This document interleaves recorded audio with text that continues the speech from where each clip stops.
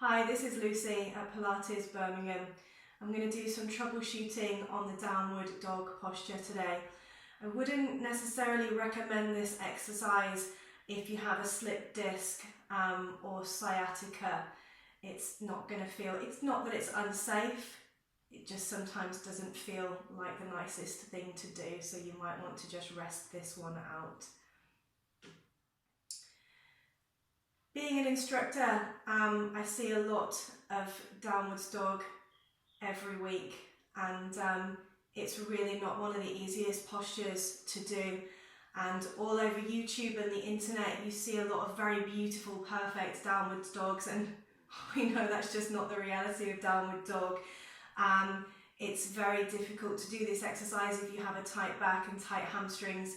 So I'm just going to go through some ways to really work with this posture and work with it in a safe way, because it's not necessarily like we're all trying to do this perfect posture.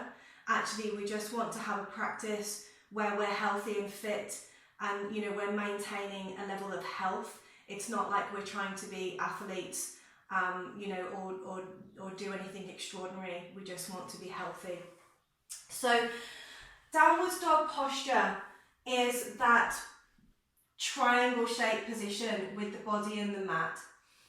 What generally happens in this posture is we don't have ourselves set up in it properly, and we're aiming for the wrong thing.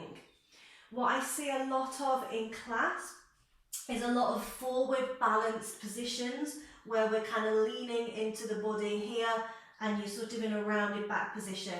It's very uncomfortable for the upper body. It doesn't feel like a nice place to be, and it's also not great for the back either. What we want to really create with downwards dog is a very straight position in the back. And I'm always saying in class with a lot of different postures, straight back is more important than straight legs. People get into their minds with downwards dog that it's about getting your heels down to the mat, getting your heels down. It's not about that. And then sort of, we end up kind of in these positions here because we're trying to get our heels down. Just let go of the idea of having a straight leg. We don't need to have a straight leg. What we need is a straight back, because that's going to stand us in a really good, healthy position in the body. So we'll just have a little look at that sort of forward lean posture where the back is quite rounded first of all. Where we want to be is in a healthy, straight position in the back. Now, I'm just going to bring my knees in and my heels are off the floor here. So what you're creating is this feeling like you're pushing into your hands. So you're pushing yourself away from the mat. It creates a lot of strength in the upper body, and it enables you to feel like you're literally pulling your hips and your pelvis away from you. So you're sort of creating this feeling of like we're pulling our hips away from us. It has this way of creating a lot of space in between the vertebrae.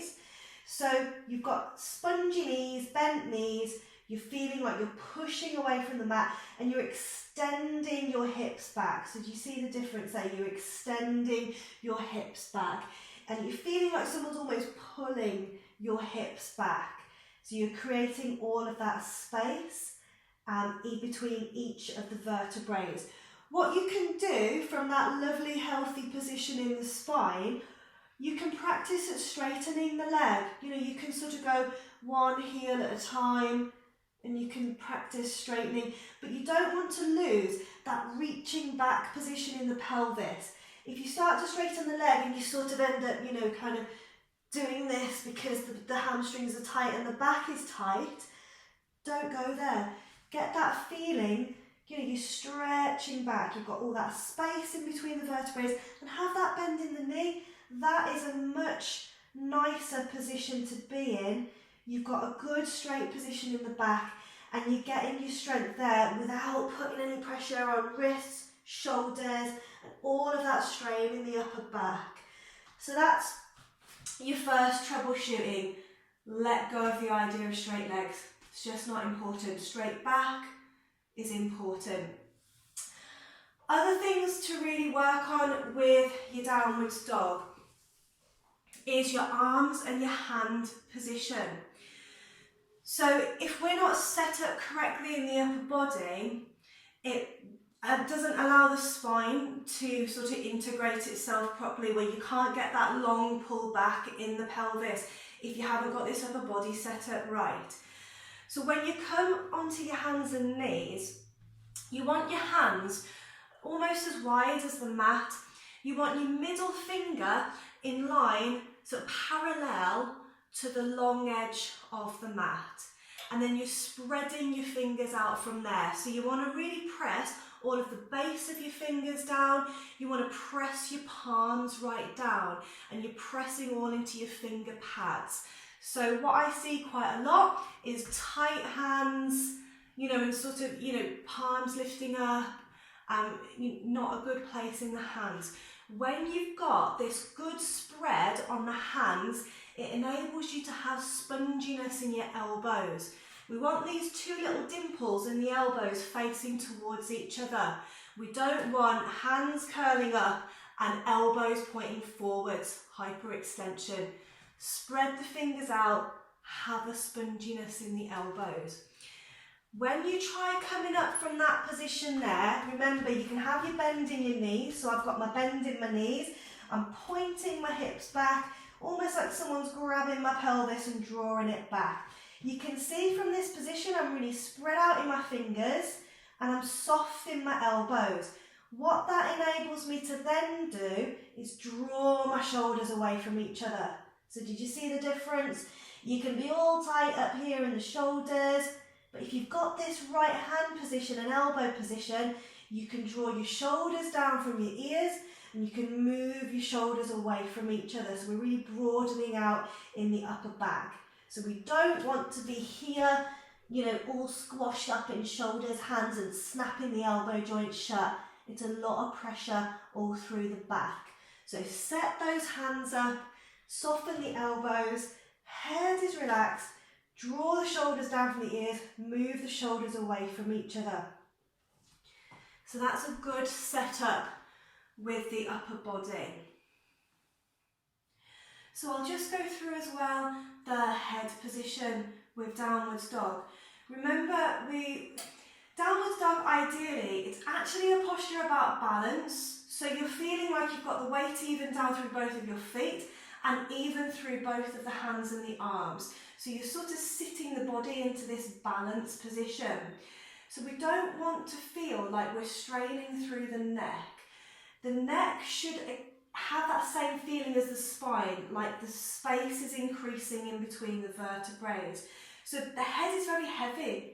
We want to feel like the weight of the head is actually relaxing the neck rather than putting any strain on the neck. So I'm going to come up into that sort of modified downwards dog, which is where most of us are going to be really. So we've got a good position in the hands, elbows are soft, and we've got that drawing down in the shoulders are moving away from each other. We've got this bend in the knees, we've got the pelvis drawing back, we've got all that space in between the vertebrae. The head sort of sits in line with the arms here. So it's like you're looking towards your knees, towards your toes. And you just letting the head be very relaxed. What I see quite a lot of, you know, when we're sort of generally in this position, is heads here. You know, it's a lot of pressure on the neck, on the shoulders, everything. So just soften the knees, lengthen back. You're pushing away with the hands, but you're nice and soft, shoulders are moving away. That head, it's almost, you know, you can just sort of wobble it around on the end of the neck there. So there's no strain in it, we're not straining with the neck. You're softening it down, feel the space in between the vertebrae. And of course, you know, you guys, if you're really bendy, you can come here with the legs straight, all of the same thing. But just watch out. Remember, don't worry about those straight legs. If you start to straighten, but you start to pop out here, or you start to strain in the neck, or you start to hyperextend your elbows, it's not safe, it's not nice for the body, and it's not safe. So soften Get yourself set up nicely here. This is such a nicer place to be than all locked out here. So just, you know, soften. Those of you who are real bendy, yeah, go for it. You know, have a straight leg. As long as you've got this sort of slightly kind of spongy feeling in the arms, you're supported, you've got that length through the neck, through the back. You feel like you can draw your hips back. There's a lot of length and there's a lot of sort of sponginess in the posture when you set yourself up in it properly. When you're not in it properly, there's a lot of lockout and there's a lot of tension in it. But when you get that set up nice, there's quite a lot of sponginess in it, and it's quite a balanced posture.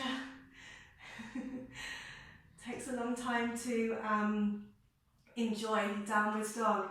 I think you can practice it for a good many years. Most people absolutely hating it, but once you really find your place in it, without maybe pushing too hard or without thinking that it needs to be something that it isn't, you can actually find quite a nice restful place in it. So I hope that was really helpful. Thank you so much for watching. Do check out my other videos. I've done a lot of back care videos specifically for spinal rehab, so do check out those videos as well. Thank you so much.